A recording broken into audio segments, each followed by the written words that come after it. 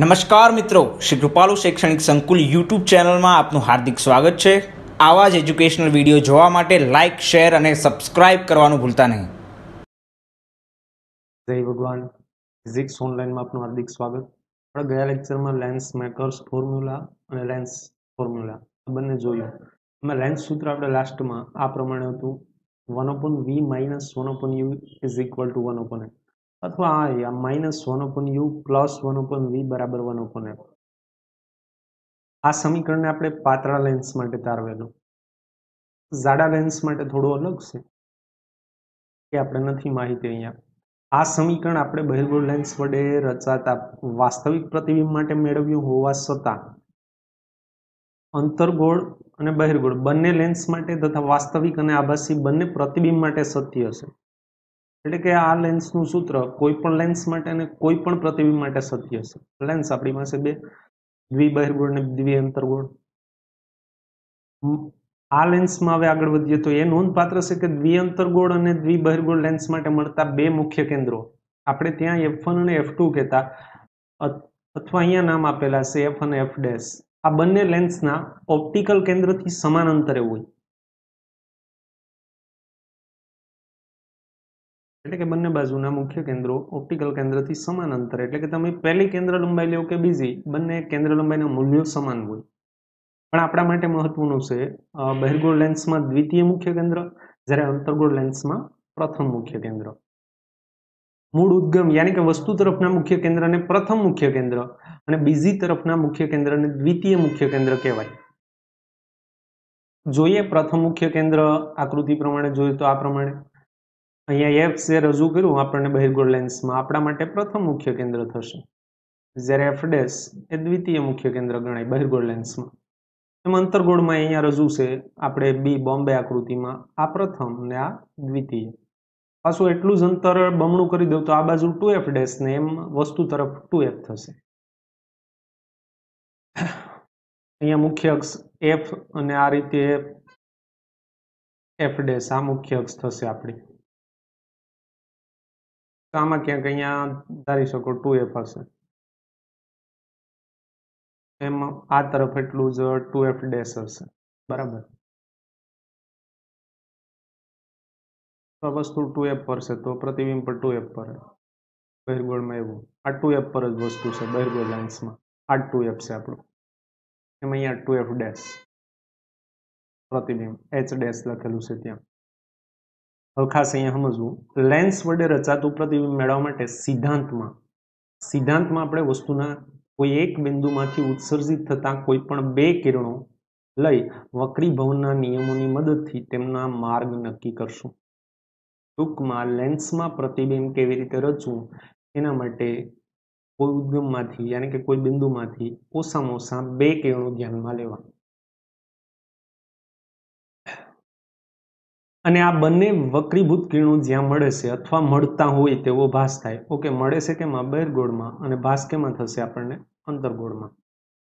તે બિંદુ આપણે શોધશું, જો કે વ્યવહારિક રીતે નીચેના પૈકી કોઈ પણ બે કિરણો પસંદ કરવાનું અનુકૂળ છે, સુગમ છે। અહીંયા 3 કિરણો છે જો બહિર્ગોળમાં, વસ્તુ અહીંયા એક બિંદુ એક ધારણા કરીએ, ધારો કે એ બિંદુ, આમાંથી આપણને 3 કિરણો ધ્યાનમાં લીધા।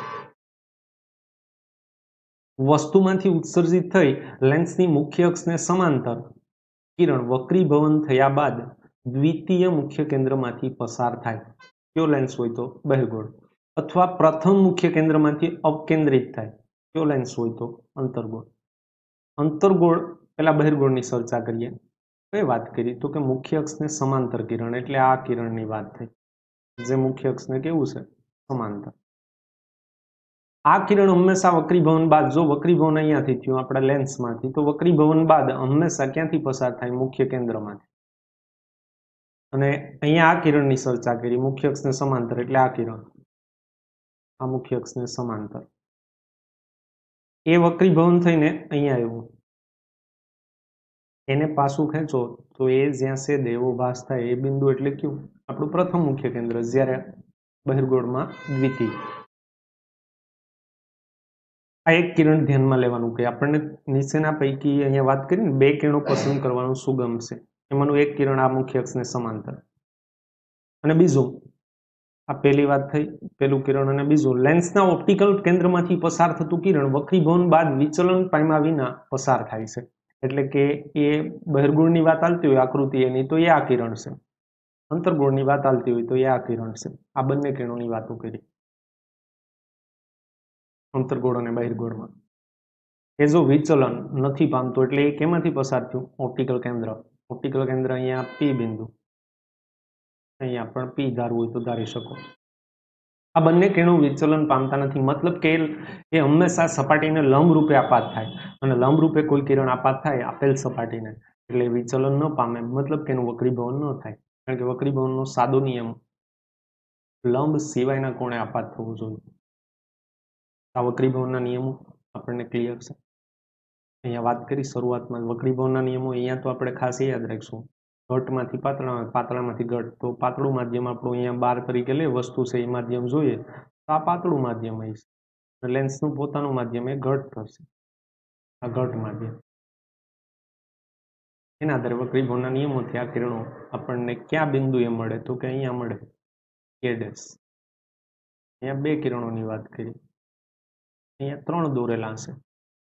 બહિર્ગોળ લેન્સ માટે પ્રથમ મુખ્ય કેન્દ્રમાંથી પસાર થતું કિરણ અથવા અંતર્ગોળ લેન્સ માટે બીજા મુખ્ય કેન્દ્રમાં જતું હોય તેમ દેખાતું કિરણ વક્રીભવન બાદ મુખ્ય અક્ષને સમાંતર જ નિર્ગમન થાય. તો અહીંયા આ કિરણની વાત કરી, અંતર્ગોળમાં એ દોરેલું નથી પણ બહિર્ગોળમાં દોરેલું છે. તો આ મુખ્ય કેન્દ્રમાંથી પસાર થાય પ્રથમ. તો એ વિચલન વક્રીભવન બાદ એટલે કે આ કિરણ મુખ્ય અક્ષને કેવું હોય? સમાંતર. આ એમસીક્યુ 3 આપણા જે પોઈન્ટ છે એ 3 એમસીક્યુ પણ છે મહત્વના. અહીંયા ખાસ શીખ લીધા જેવી એ કે આપણે વક્રીભવનમાં પ્રતિબિંબ રચવું હોય તો મિનિમમ 2 કિરણો રચવા. બહિર્ગોળમાં 3 દોરેલા છે, દોરી શકાય. આગળ જોઈએ, આકૃતિમાં અનુક્રમે એ અને બી, આપણે અનુક્રમે અગાઉની બહિર્ગોળ લેન્સ અને અંતર્ગોળ લેન્સ માટે આ નિયમો દર્શાવે છે. તમારે લેન્સની આગળ જુદા જુદા સ્થાને રહેલી વસ્તુ માટે આવી કિરણાકૃતિઓ દોરવાનો મહાવરો કરવો જોઈએ, ટકો કરી. અને લેન્સનું સૂત્ર બધા કિસ્સામાં લાગુ પડે કે નહીં એ ચકાસવું જોઈએ. એ લાગુ પડે જ છે ભાઈ. અને જુદા જુદા સ્થાને આ તમે કિરણાકૃતિઓ ધોરણ 10માં દોરેલી છે, જેમ કે અનંત અંતરે રાખો તો પ્રતિબિંબ રચાતું તમારું આ બાજુ F' પર અથવા F2 ફેરબુકમાં છે જ આપણી પાસે. અને અનંત અંતર અને 2F1 ની વચ્ચે રાખો તો પ્રતિબિંબ રચાય F2 અને 2F2 ની વચ્ચે, યાની કે F' અને 2F' ની વચ્ચે. બહિર્ગોળ લેન્સની વાત આલે 2F પર વસ્તુ રાખો તો અહીંયા પ્રતિબિંબ રચાય આ બાજુ 2F' પર. એવી રીતે તમે કિરણો દોરો તો મહાવરો કરી શકાય. આવા બહિર્ગોળ લેન્સમાં 6 કેસ છે. બહિર્ગોળ લેન્સમાં કેટલા કેસ છે? 6. બહિર્ગોળ લેન્સમાં આવા 6 કેસ છે, જ્યારે અંતર્ગોળ લેન્સમાં આવા 2 કેસ છે.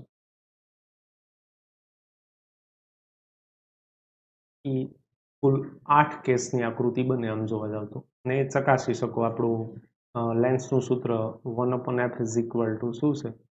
-1/u plus 1/v. આમાં u બદલવાનો, જેના આધારે v મળે. f તો આપણો આપેલો જ હોય, લેન્સનું કેન્દ્ર લંબાઈ તો આપેલી જ હોય. અત્રે એ બાબત યાદ રાખવી જોઈએ કે વસ્તુ પરનું દરેક બિંદુ અનંત કિરણો ઉત્સર્જિત કરે છે. આ બધા કિરણો લેન્સ આગળ વક્રીભવન બાદ પ્રતિબિંબનો એક જ બિંદુમાંથી પસાર થાય. ફરી આકૃતિ તરફ જઈએ આપણે તો અહીંયા જો 3 કિરણો લીધા, એને બદલે અહીંથી તમે અનંત કિરણો ઉત્સર્જન આપો ને એ બિંદુમાંથી, તો એ ડેશમાં તમને બધા જ કિરણો અહીંયા ફરી પાછા વક્રીભવન બાદ અહીંયા જ ભેગા થાય. 100%ની વાત છે એવું કહીએ. અહીંયા આપણે 3 કિરણોથી રજૂ કરી શકાય, અનંત નથી દોરવાના. મૂળ વાત ઉપર આવીએ. અરીસાની જેમ અહીંયા મોટવણીનું સૂત્ર, અરીસાની જેમ લેન્સ વડે મળતા પ્રતિબિંબની ઊંચાઈ અને વસ્તુની ઊંચાઈ એટલે કે h' ના ગુણોત્તરને પ્રતિબિંબની શું કહેવાય? મોટવણી, મેગ્નિફિકેશન, લિનિયર મેગ્નિફિકેશન. h'/h આની વાત કરે ગુણોત્તર. એટલે આપણને મોટવણીનું સૂત્ર h'/h. બંનેમાં અરીસા હોય કે લેન્સ હોય સમાન, પણ અંતરના ફોર્મમાં હોય તો અહીંયા સૂત્ર v/u છે, જ્યારે અરીસામાં હતું એ સૂત્ર -v/u. મોટવણીનું સૂત્ર આપણી પાસે અરીસામાં હતું m = -v/u, જ્યારે લેન્સમાં અંતરના ફોર્મમાં અહીંયા પ્લસ કરી દેવું, એટલે કે અહીંયા રજૂ કર્યું તે.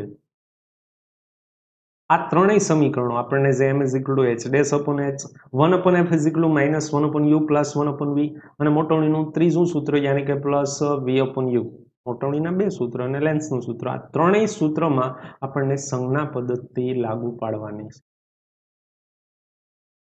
અને એ સંજ્ઞા પદ્ધતિના આધારે જો તમે મોટવણીની કિંમત ધન હોય, બહિર્ગોળ કે અંતર્ગોળ લેન્સ દ્વારા રચાતું પ્રતિબિંબ જો ચતું હોય તો આભાસી હોય તો મોટવણી ધન હોય. ઉલટું હું બોલો, મોટવણી ધન હોય તો પ્રતિબિંબ આભાસી અને ચતું હોય. લેન્સ હોય કે અરીસા બંનેમાં એ વાત સત્ય છે.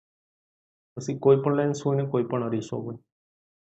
અને જો ઉલટું હોય તો વાસ્તવિક હોય તો મોટવણી ઋણ હોય. અહીં આપણે ક્લિયર થઈ ગયું કે મોટવણી ઋણ તો પ્રતિબિંબ વાસ્તવિક, મોટવણી ધન તો પ્રતિબિંબ આભાસી, આભાસી હોય ચતું હોય અને વાસ્તવિક હોય ઉલટું.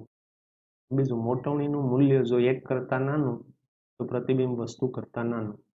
મોટવણીનું મૂલ્ય કિંમત એનું માનાંક લેવાનું, 1 કરતા મોટું તો પ્રતિબિંબ મોટું, ઇક્વલ ટુ 1 તો પ્રતિબિંબ અને વસ્તુની ઊંચાઈ સમાન. એ આપણને ફેરબુકમાં જોયેલું છે. નેક્સ્ટ હવે એક્ઝામ્પલ 9.7. એક જાદુગર તેના પ્રોગ્રામમાં એક પ્રવાહીમાં રાખેલા કાચના લેન્સને અદૃશ્ય કરે છે.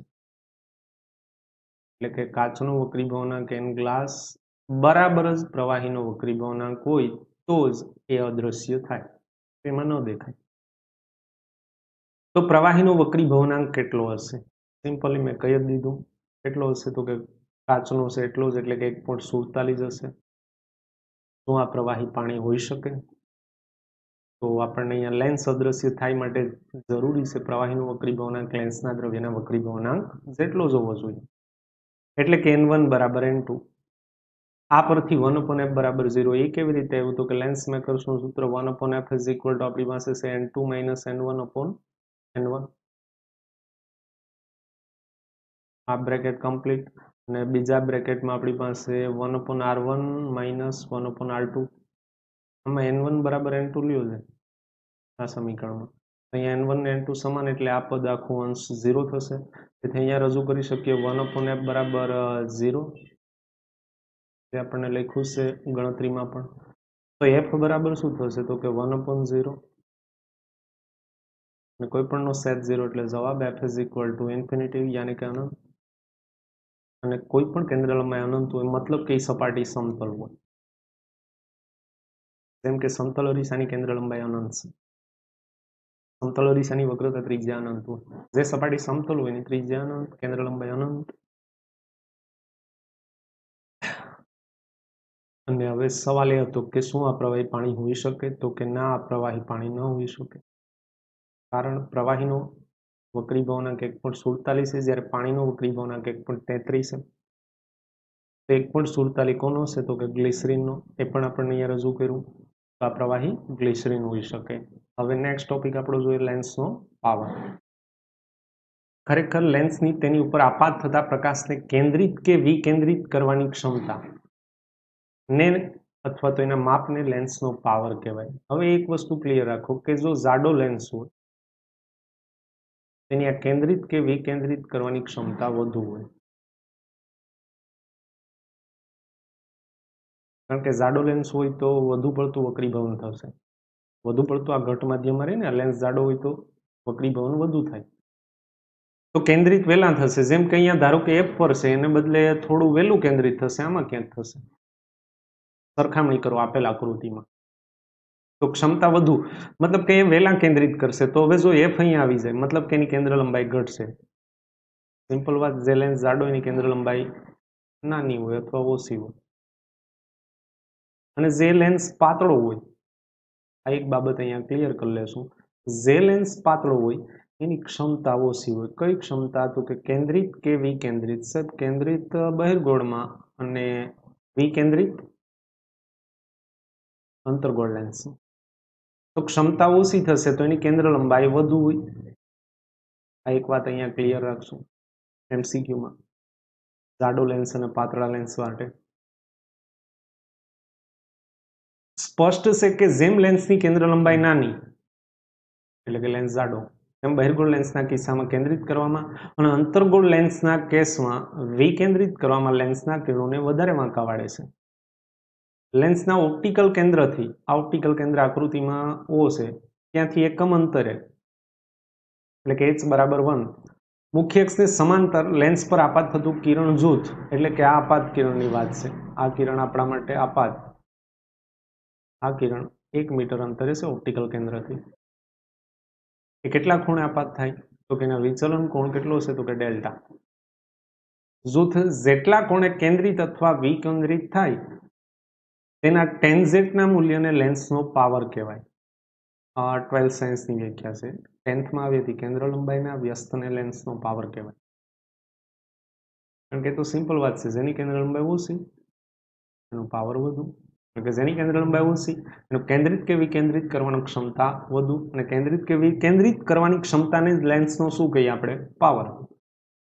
તો કેન્દ્ર લંબાઈનું વ્યસ્ત થયું. હવે કેવી રીતે મળે એ સૂત્ર જોઈએ. tan ડેલ્ટા બરાબર, ડેલ્ટા એટલે અહીંયા ખૂણો ધ્યાનમાં લેવાનું કઈ, ડેલ્ટાની આ સામેની થશે અને આ પાસેની થશે. આ તો મુખ્ય કેન્દ્રથી ઓપ્ટિકલ કેન્દ્ર સુધીનું અંતર એટલે કેન્દ્ર લંબાઈ. સામેની બાજુ h થઈ અને પાછળની બાજુ f થઈ કેન્દ્ર લંબાઈ. સિમ્પલ સૂત્ર છે, h બરાબર 1 લ્યો તો tan ડેલ્ટા બરાબર આપણને 1/f મળે. હવે ડેલ્ટા નાનો હોય તો tan ડેલ્ટા બરાબર ડેલ્ટા, અથવા ડેલ્ટાના નાના મૂલ્ય માટે tan ડેલ્ટા બરાબર ડેલ્ટા, અને ડેલ્ટા બરાબર 1/f થઈ ગયું. અને આ એટલે જ આપણો પાવર, એ કોણ, એ ટેન્જેન્ટનો જે ખૂણો છે એને જ આપણે શું કહીએ? પાવર. એટલે કે P is equal to 1/f. Simple સૂત્ર. પાવરનો SI એકમ ડાયોપ્ટર છે. ઉપરાંત આ સૂત્ર પરથી કેન્દ્ર લંબાઈનો એકમ SI એકમ મીટર થાય તો 1/મીટર એટલે કે મીટર ઇનવર્સ. 1 ડાયોપ્ટર બરાબર 1 મીટર ઇનવર્સ. 1 મીટર કેન્દ્ર લંબાઈના લેન્સનો પાવર 1 ડાયોપ્ટર છે એવું કહેવાય. બહિર્ગોળ યાની કે અભિસારી લેન્સ માટે પાવરનું મૂલ્ય ધન હોય. કેમ કે બહિર્ગોળ લેન્સની કેન્દ્ર લંબાઈ આપણે ધ્યાન લઈએ. કેમ કે બહિર્ગોળ લેન્સમાં દ્વિતીય મુખ્ય કેન્દ્રનું મહત્વ છે, f' નું, જે લેન્સથી આ બાજુ મપાય આપાત કિરણની દિશામાં. જ્યારે અંતર્ગોળ લેન્સ યાની કે અપસારી લેન્સ માટે તે ઋણ હોય. કોણ? પાવર. કેમ કે એની કેન્દ્ર લંબાઈ ઋણ હોય. જ્યારે આંખના ડોક્ટર આપણને +2.5D પાવરના લેન્સનું પ્રિસ્ક્રિપ્શન આપે ત્યારે તેનો અર્થ એમ થાય કે તેને જરૂરી બહિર્ગોળ લેન્સની કેન્દ્ર લંબાઈ +40 સેન્ટીમીટર છે. કારણ કે પ્લસ એની ઉપરથી તો નક્કી થયું એને બહિર્ગોળ લેન્સ જોઈએ. પાવર ધન છે તો બહિર્ગોળ લેન્સ. અને 2.5D આ સૂત્રમાં એડ કરો એટલે 1/2.5 કરશો એટલે જવાબ આવશે 0.4 મીટર. એને સેન્ટીમીટરમાં કન્વર્ટ કર્યો. બીજો એક અહીંયા પ્રશ્ન, જો લેન્સનો પાવર -4D હોય તો આપણને કેન્દ્ર લંબાઈ ગણવાનું થાય તો f is equal to 1/p. હવે p ની જગ્યાએ આપણે લખીશું -1/4, કેમ કે પાવર ઋણ છે. 1/4 એટલે આપણે લખીશું -0.25. આ મીટરમાં આવશે. એકમ કન્વર્ઝનમાં ખાસ ધ્યાન રાખજો, SI એકમમાં બધું રાખવું. અને -0.25 મીટર એટલે 25 સેન્ટીમીટર થશે. અને ઋણ છે એટલે અંતર્ગોળ લેન્સ. હમણાં જ એક ગુજકેટ 2020 COVID-19 વાળી ગુજકેટ, એમાં એક MCQ હતો કે 50 સેન્ટીમીટર કેન્દ્ર લંબાઈ હતી. આ લેન્સનો પાવર કેટલો? 50 સેન્ટીમીટર પ્લસ છે તો ફાઇનલ છે, એટલે બહિર્ગોળ લેન્સ છે. તો પાવર એટલે અહીંયા સેન્ટીમીટરમાં એકમ છે, એને પહેલા મીટરમાં કન્વર્ટ કરવું. એટલે 50 સેન્ટીમીટરના મીટર 0.5 મીટર, 0.5 એટલે 1/2, 1/1 એટલે અંશમાં આવી છે એટલે 2 ડાયોપ્ટર આવી છે, બરાબર ને, +2D.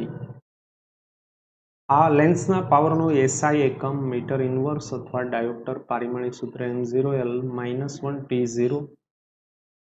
ક્યારેક આપણે ઉતાવળમાં એવું પણ કરી શકીએ કે લેન્સના પાવરનો SI એકમ નીચે પૈકી કયો હશે, તો એમાં પહેલો વોટ મૂક્યો હોય. જેમ્સ વોટના માનમાં તો આપણે વોટ ઠીક કરી નાખીએ, કારણ કે આપણને ગમતું હોય. શું કહીએ આપણે? સ્ટીરિયો ફિટિંગ છે